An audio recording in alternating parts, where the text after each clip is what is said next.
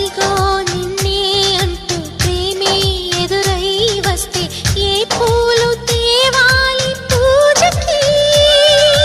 నీతో జతగా ఉండే వరమే నువ్వే ఇస్తే ఇంకేమి కావాలి జన్మకి?